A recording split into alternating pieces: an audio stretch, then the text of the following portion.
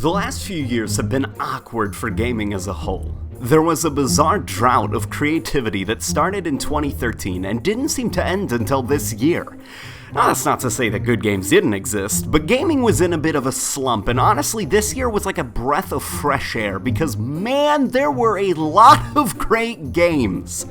Many were big, loud action games, formulaic open-world games, and remasters and re-releases, but there was a noticeable increase in quality, and so now, I want to bring you all my top 7 favorite games of 2016. Disclaimer before we begin, these are just games that I've gotten around to playing this year. Sadly, there have been some great games that I did not play, but I will include in an honorable mentions list of games I have not played, but I've heard that they're quite good and I should check them out in the future. So number 7 is Battlefield 1.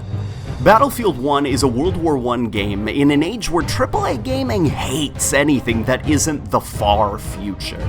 Battlefield 1, against all odds, is one of the most refreshing war games I've played in a while, from its downright jaw-dropping visuals that are honestly the best I think I've ever seen in a video game, to the on-point sound design. Battlefield 1 may be a step back from Battlefield 4 in some aspects, mainly the downgrade in customization and the more arcadey gameplay, but at the end of the day, it doesn't take away from how fun the series is. Even in the lesser regarded games such as Hardline, the action is still fun and the core game is still fun to play, and it's very much the same case here with Battlefield 1 that, despite a few flaws, is very strong. Some of my most intense moments of gaming this year were high above the fields of France in a plane dogfighting, or crawling through the mud hoping not to be seen by enemy snipers in the village nearby. Oh, and the best part? They brought the Battlefield theme back.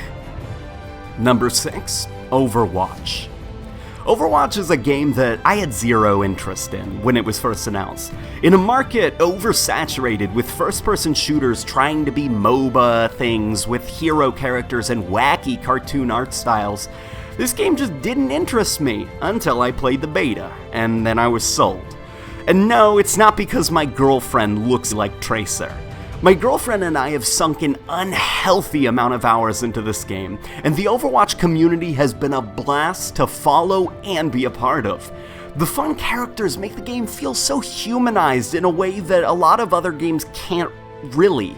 And the art style is creative, but it doesn't feel like forced creativity in a poor attempt to just be like, ooh, look how different we are. Mostly I'm a pretty antisocial person, but Overwatch is a game that I want to play with friends because it's so much fun when I'm playing with a group. Not a lot of games can do that for me. So number 5 is Pokemon Go. Wait! Hear me out! Well, Pokemon Go has shockingly stupid design decisions and developers that are way too slow when it comes to fixing their shit and meeting their fan base's demands. The game itself did something I've never seen before in all my years of gaming. It literally brought the world out of their houses to play. I can't begin to tell you the nights I've had this summer when I would go out to catch Pokemon and run into a group of people I've never seen before and tag along and end up making new friends, as well as going out to malls late at night to catch weird Pokemon that only come out late at night, and just meeting other people who are into gaming just like me. I would see people everywhere at all times of the day, outside, having fun and socializing, and it's really nice, honestly, to see kids in groups walking around the neighborhood, because a lot of kids these days, they're not as active as they probably should be, and just overall, well, its gameplay systems should be more refined, and Niantic really should have been much faster when it came to bug fixes and listening to the community. The game itself seemed to breathe a positive life into the gaming population and the world as a whole. Something that not a lot of games can boast. Number 4, Doom. Doom never before has a game hit so hard from the beginning. From the very beginning of the campaign to the end, Doom was f***ing incredible. The disgustingly dirty soundtrack made me feel a surge of adrenaline, and the angry visuals made me feel a fast-paced fury as I tore demons limb from limb in some of the best campaign level design I've seen in years. Doom had a few problems, mainly its multiplayer that was a bit too casual and easy, and felt honestly more like Call of Duty than a proper Quake-style multiplayer, but the impressively long single player and the labyrinthian level design with lots of collectibles more than made up for it, and the soundtrack. Man, that soundtrack.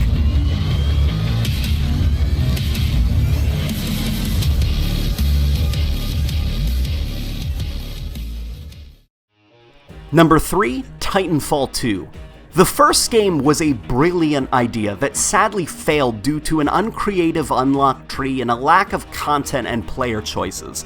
Titanfall 2 turned this around with a more extensive list of unlockable things, more variety in its maps, more weapons, and new pilot abilities such as the grappling hook, and the best part, its single-player campaign could have been lazy and tacked on, but it wasn't. The Titanfall 2 campaign's only downside is really that it wasn't long enough. Titanfall 2 did everything so brilliantly, and the reason I enjoyed it actually more than Doom single player is because Titanfall 2 didn't feel the need to burden me with an obligatory skill tree like Doom's campaign. I got heavy Half-Life and Portal vibes while playing this campaign, and one mission in particular is one of the best single-player shooter levels I've ever played in my life. For those of you who've played the campaign, Factory. That's all I have to say. Number 2, Dead Rising's re-release. I'm a fan of the Dead Rising series, and I honestly love them all almost equally. I can't say that I like one over the other, but Dead Rising 1 holds a very special place in my heart due to how kind of grounded it was when in comparison to the rest of the series. Its simple little soundtrack that knew when to be kind of like action-y and when to be creepy, the pacing and the flow of the game that feels like some kind of weird fever dream that you want to wake up from, and the overall brutal difficulty that came if you didn't follow the rules. The best part of this re-release is that I can now play it on my PC at 144 frames per second, and it even came to the PS4 and Xbox One, which is incredible! The soul and the fun the developers had while making this game is still felt after all these years, and despite it starting to show its age rather drastically, I do feel like this is a game that if you can get into the groove, you can see why this game has such a cult following. Now, as for games that I haven't played, they're gonna go to XCOM 2. I've had a friend who has lost weeks to this game. He claims it is absolutely incredible. I enjoyed the first XCOM, and I wish I got around to playing the second XCOM. Another honorable mention of a game that I haven't played goes to Salt and Sanctuary, which I have heard literally nothing but good things about, and I wish I played it because it sounds incredible. It's essentially a side-scrolling Dark Souls game, so yeah, there you go, Salt and Sanctuary. And my number 1 game? Deus Ex: Mankind Divided. When ignoring the poorly optimized PC port, Deus Ex, while failing to deliver on the story front, still was an incredibly liberating experience as a shooter and an open-world RPG. The soundtrack for this game continues to be haunting and beautiful, very much picking up where Human Revolution started. The side quests are some of the most fun I've ever had in an open world game, which is weird because usually side quests are the most monotonous and tedious part of open world games. And the amount of player freedom and choices that this game offers is, again to use the word, liberating. And even though I will say that the story failed in what it tried to do, mainly the very awkward and clumsy social commentary on racism in the United States, the story did have a few moments where this commentary did work and work really well. And overall, after beating this game with a no-kill rule, it made me only want to replay the game a few more times instantly on harder difficulties to see if maybe I can do my no-kill rule again with smarter enemies, or just just go crazy and become a killing monster. And so guys, what were your top 7 games of 2016, and what games are you looking forward to next year? So Mass Effect and Halo Wars 2 are on my watch list, and due to the new BS YouTube systems, I'm actually gonna have to ask you guys to remember to like and comment if you enjoyed the video. It helps the videos reach new people, thanks to YouTube deciding to screw everyone over. And also, I wanted to direct your attention to the description below, where if you follow the link, you can use the promo code LateNight, no spaces, and get yourself 5% off of any console or controller skin you want, such as that sexy Xbox wooden skin that I love. Guys, thank you all so much for just such a great year for gaming, and more videos will be coming soon in the future. I've been very busy with my personal life, and so I thank you all for your patience. Just enjoy your holidays, guys, and expect more videos soon.